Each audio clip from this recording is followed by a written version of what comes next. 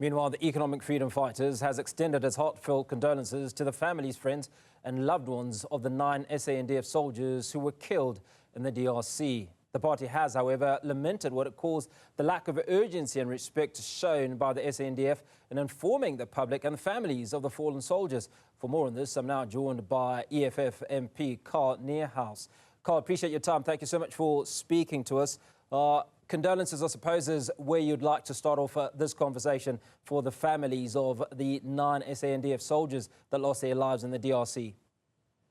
Yes, absolutely. The Economic Freedom Fighters, and specifically our Commander-in-Chief, President Julius Malema, would like to extend our very deeply felt condolences to the families, to the loved ones, and to the friends of the South African National Defence Force soldiers who lost their lives in this tragic situation. We must laud these soldiers as heroes.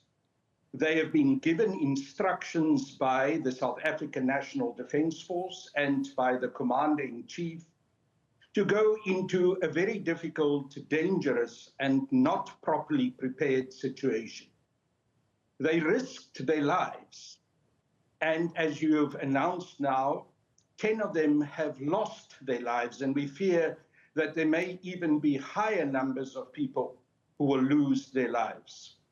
This is a tragedy. It is a tragedy visited on these young people who lost their young lives. It is a tragedy visited on the families of these young people and on our whole country.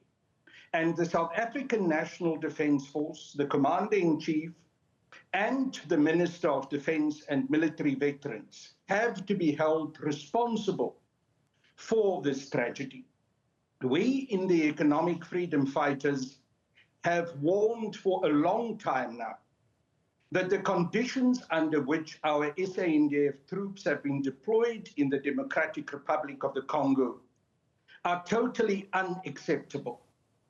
On the 15th of February last year, our Commander-in-Chief, President Julius Malema, spoke in a press conference, and he called for the immediate return of all our SANDF soldiers deployed in the DRC because they are deployed without the necessary provisions, without the necessary armaments, and without the necessary air cover. Carl, you are sending these people in to die, and that unfortunately has become prophetic words which have now become the harsh reality of this terrible situation. Carl, there are a couple of issues that came out of your press statement, and I'd like to touch on two of those things. And I suppose in the first instance, the fact that many have questioned the reason that the SANDF troops are in the DRC, particularly when they do not have sufficient resources. Is this going to encourage a greater call from you and those that are in the EFF for the soldiers to return?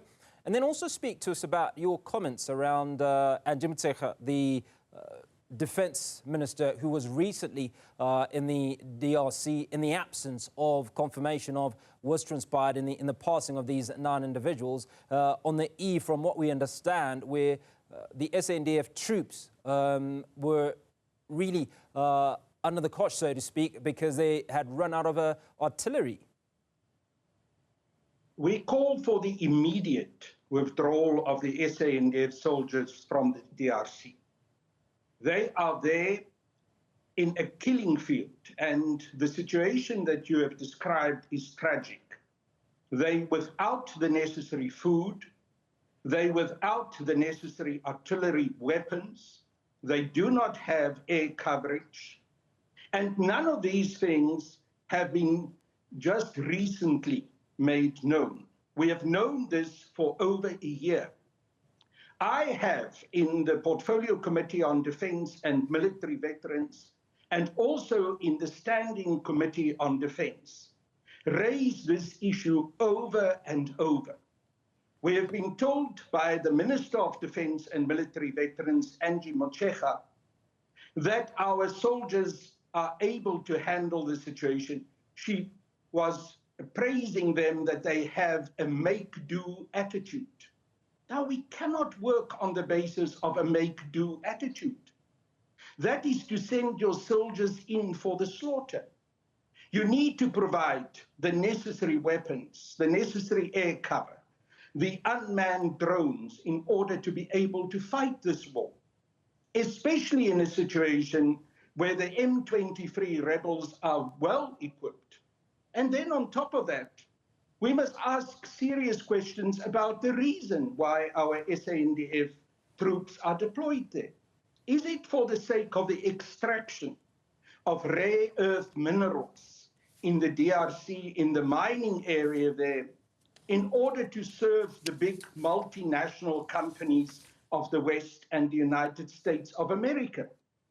We have seen terrible pictures and terrible videos of the inhumane conditions under which workers in the DRC are working in those mines, and we have heard that they are being super exploited.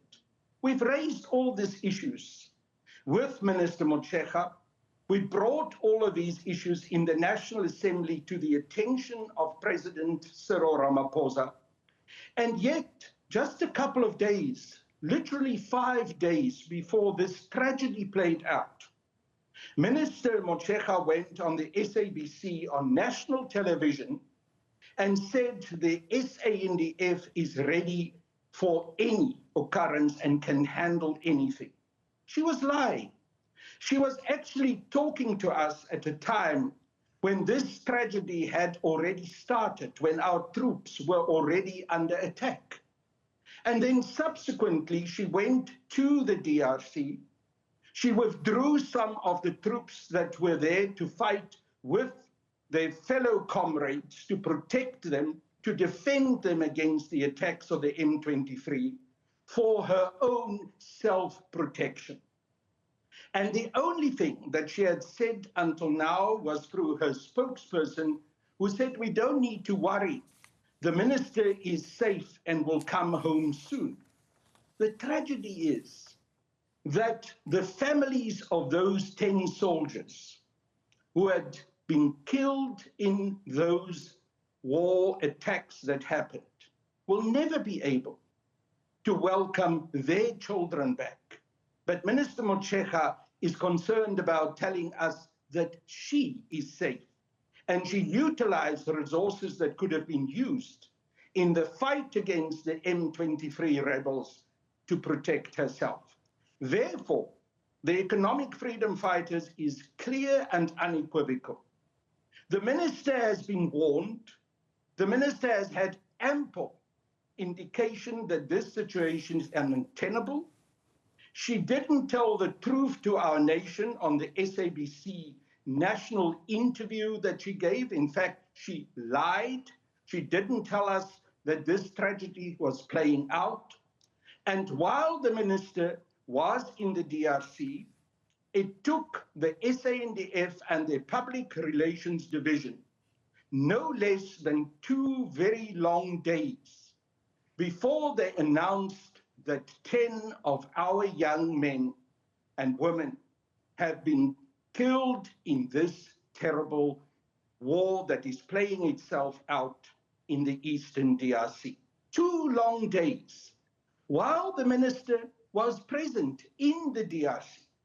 And yet, up to this very moment, the minister has not yet pronounced a word except for a curt and very generalized statement by the South African National Defence Force about this tragedy. This is an indication of a minister that is not only out of touch, but is also insensitive and callous to the suffering of the families and the terrible wound that has been inflicted on our whole nation. Therefore, the EFF has called for Minister Motshekga to immediately step down as Minister of Defence and Military Veterans. And if she does not step down, President Ramaphosa must remove her. We've also asked for President Ramaphosa to account as the Commander-in-Chief, because he also has been very much aware of the situation. We have informed him I personally spoke in the National Assembly several times on these issues, and I warned that the South African National Defence Force is collapsing, that it doesn't have the resources, and it certainly doesn't have the resources nor the training of manpower to be able to fight this war in the Democratic Republic of the Congo. So President Ramaphosa must also account, and it is unacceptable that he's still in Davos. After this tragedy played out, he should have boarded his plane immediately, flew back to South Africa, came and presented his condolences to the families who have been inflicted this terrible loss, and he should have addressed the nation. We demand that there must be a joint sitting of the National Assembly and the National Council of Provinces, where President Ramaphosa, as the Commander-in-Chief of the South African National Defence Force, must face us as members of Parliament and the public in general and account for his dereliction of duty and for this tragedy that is now playing out in the DRC. Carl Niehaus, EFF MP, appreciate your time. Thank you for speaking to us, calling for the resignation of Angie Motshekga, Minister of Defence, in light of the passing of the 9 soldiers in the DRC and the subsequent delay in communicating that tragedy to South Africa and to those families. And that's where we end that conversation.